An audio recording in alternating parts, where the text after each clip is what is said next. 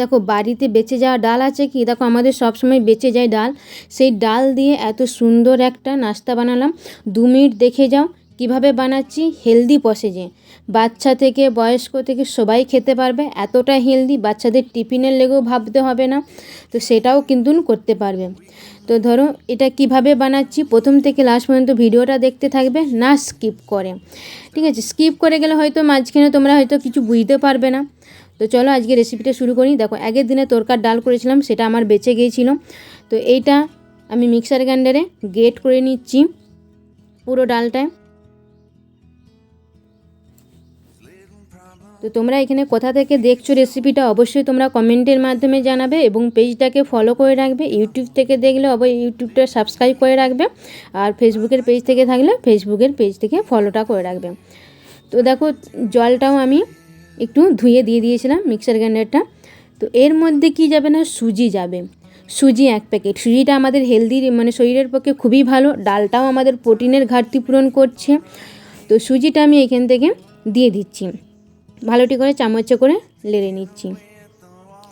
এইটাকে আমি থালা চাপা দিয়ে 10 থেকে 15 মিনিটের মতো রেখে দেবো, কেননা সুজি একটু দেখবে জল ফেলে একটু ফুলে, থিকনেসটা ঠিক রাখার লেগে 10 থেকে 15 মিনিট সাইডে রেখে দেবো।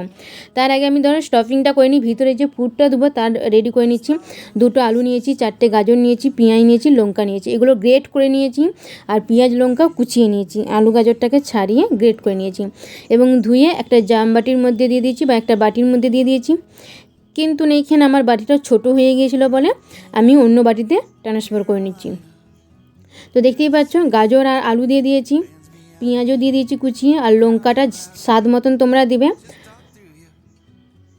আর এখানে বিট লবণ দিয়েছি। ভিতরে যে পুরটা দিবে না সেখানে বিট লবণটা দিলে ভালো খেতে হয়। আর হচ্ছে জিরে, ভাজা জিরেটা আমি গুঁড়িয়ে রাখি, এটা আমি 2 চামচের মতন দিয়ে দিয়েছিলাম। আর এইখানে দিয়ে দিয়েছিলাম অল্প পরিমাণ তেল, 1 চামচের মতন তেল দিয়ে ভালোটি করে এটাকে মিক্স করে নিয়েছিলাম। আর এইখানে যাবে কিন্তু টমেটো সস, আর তোমাদের কাছে যদি টমেটো সস যদি না থাকে তাহলে অবশ্যই লেবু দিবে, লেবু চিপে দিলে টক টক ভালো লাগবে খেতে। আর টমেটো সস 15 টাকা দামে একটা সস দিয়েছিলাম, আমি পুরোটাই দিয়ে দিয়েছিলাম আমি। তো এখানে তোমাদের কাছে টমেটো সস যদি হাতের সামনে যদি না থাকে, লেবু চিপে দিতে পারো এখানে। এটা ভালোটি করে আমি মিক্স করে নিচ্ছি, মিক্স করে এটা সাইডে রেখে নিচ্ছি। এরপর সুজির যে ব্যাটারটা রেডি করেছিলাম সেটা দেখে নেবো আমি। দেখো কতটা থিকনেস হয়ে গেছে, দেখতেই পাচ্ছ তোমরা, এরকম থিকনেস থাকবে সেরকমভাবে নিবে। এখানে স্বাদ মতন নুন দিবে, কেননা তরকার ডালে যেহেতু আমার লবণ দেওয়া ছিল, সুজি যেটুকু নুন প্রয়োজন হয় সেটুকুনি আমি দিয়েছি। আর এইখানে আমি দেখতেই পাচ্ছ একটা কড়াইয়ে জল বস করে দিয়েছি। আর তোমাদের কাছে যদি এরকম যদি না থাকে তাহলে তোমরা কড়াইয়ের ভিতরে একটা মানে স্টিলের পাত্র বস করে দিয়ে থালার উপরে এরকম ছোট ছোট বাটি তেল ব্রাশ করে দিয়ে দিবে, তাহলেও হয়ে যাবে এটা। তো এখানে তেল ব্রাশ করে নিচ্ছি বাটিগুলোতে, দেখতেই পাচ্ছ তোমরা, বাটিগুলোতে তেল ব্রাশ করে নিতে হবে, নাহলে এটা সিদ্ধ হবে, তো যেহেতু ভাপে হবে তো তাহলে খুব অনায়াসে কিন্তু উঠে আসবে। তো দেখো ব্যাটারটা আমার এই ধার দিকে একটু খাবার সোডা দিয়ে দিয়েছিলাম, তোমাদের কাছে যদি খাবার সোডা হাতে থাকে তাহলে দিবে অবশ্যই, না দিলেও কোনো অসুবিধা নেই। এটা খাবার সোডা দিয়ে দিয়েছিলাম যাতে একটু ফুলে স্পঞ্জ যাতে হয়, তার লেগে দিয়েছিলাম। তো এইখানে একটু একটু করে ব্যাটারগুলো দিয়ে তারপর ভিতরে ওই যে পুরটা করে রেখেছিলাম গাজর, আলু, পেঁয়াজ, কাঁচা লঙ্কা, ওইটার পুরটা একটু করে দিয়ে দিচ্ছি সামান্য, দিয়ে আবার উপরে এই সুজির আর হচ্ছে তরকার ডালের যে ব্যাটারটা সেটা আমি দিয়ে দিচ্ছি আবার। আমার এখানে কি হয়েছিল না, বাটি ভর্তি হয়ে গেছিলো, তোমরা চাইলে একটু বাটিটা কম করে দেবে, কেননা ফুলবে যখন তখন অসুবিধা হবে যাবে, যেহেতু খাবার সোডা দেওয়া ছিল একটু ফুলে। তো এটাকে আমরা চাপা দিয়ে আমি কুক হতে দেবো। তোমাদের কাছে রেসিপিটা কেমন লাগছে অবশ্যই তোমরা কমেন্টের মাধ্যমে জানাবে, কিন্তু জানাতে ভুলো না।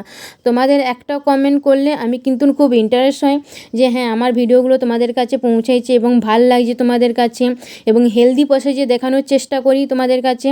আর এটা আমি মাঝখান থেকে বাটিগুলো ছুরি সাইডে ঘুরিয়ে নিয়েছিলাম, এটা ঠান্ডা হয়ে গেলে কিন্তু অনায়াসে বেরিয়ে যায়, কিন্তু আমার হাতে টাইম ছিল না, বাচ্চাদের জন্য স্কুলে রেডি করেছিলাম এবং বাচ্চাদেরকে আবার বাসে তুলতে যাব, তার লাগে আমার হাতে টাইম ছিল না বলে আমি গরম গরমই করে নিয়েছি।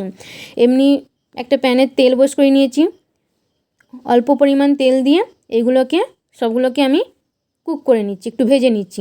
ভেজে নিলে কি হয়, উপরটা দেখতে খুব ভালো হয়। আর যারা তোমরা ভাজতে চাইছো না, তেল অ্যাভয়েড করতে চাইছো, তোমরা সিদ্ধটাও খেতে পারো, সিদ্ধটাও ভালো লাগে খেতে কিন্তু, কেন অলরেডি কুক হয়ে গেছে এটা। এরপর একে একে আমরা সব তুলে নিচ্ছি। তুলে নেওয়ার পর এটা তোমরা সসের সঙ্গে খেতে পারো বা ধনেপাতার চাটনির সঙ্গে খেতে পারো।